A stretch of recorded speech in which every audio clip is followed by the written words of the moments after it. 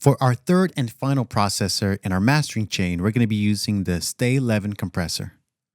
This is based on a Gates Stay-Level from the 60s, which rivals names such as Fairchild, RCA, Collins. And the Stay-Levin is known for having a big sound. And that's what we're going to go for here on this master. Because in the end, we want to deliver a mix master that sounds competitive with other commercial tracks. And for this, we're going to watch our meter set to LUFS and aim somewhere around minus 14 dB, which is today's loudness standards according to a lot of streaming services. So let's check it out. We'll first play back the track without the Stay-Levin. We'll bring it in and adjust the input accordingly.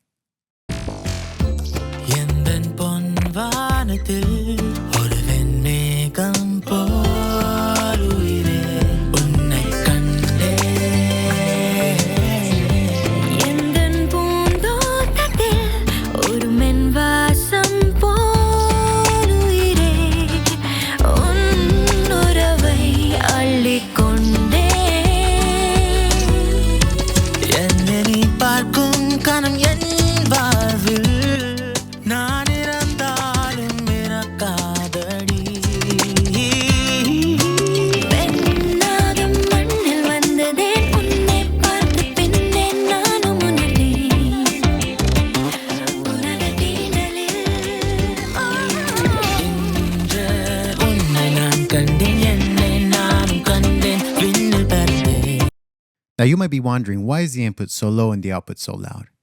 Well, as you can see from the gain reduction, this has a fixed threshold, which basically means that the threshold is driven by the input. So for a cleaner signal with less compression, you're going to want to start off around this. Now, I know that these are extreme settings, but again, our mix is a little bit loud. At this point, we are feeding quite a bit of signal into this compressor. Notice how the recovery time is set to the fast mode, similar as to the Liverpool. And again, that's to keep the transients in check.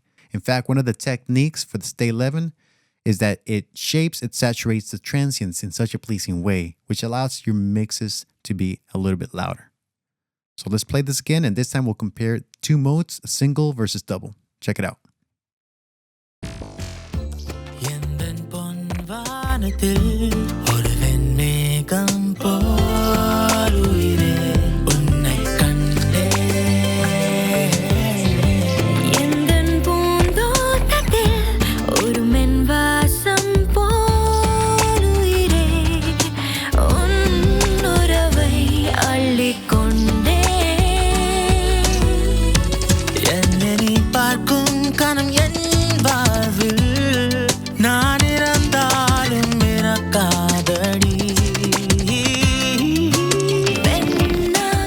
Now the difference between single and double mode, single mode expands both time constants for a very slow response, yielding the maximum transient punch.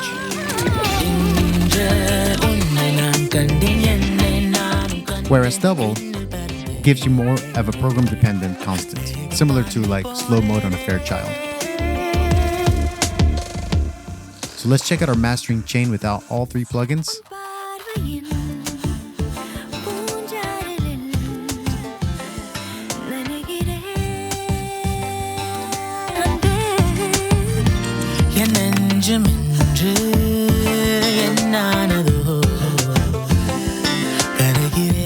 Even though we're gaining a lot of volume here, one of the things that you should notice is how the music pops, especially the low end.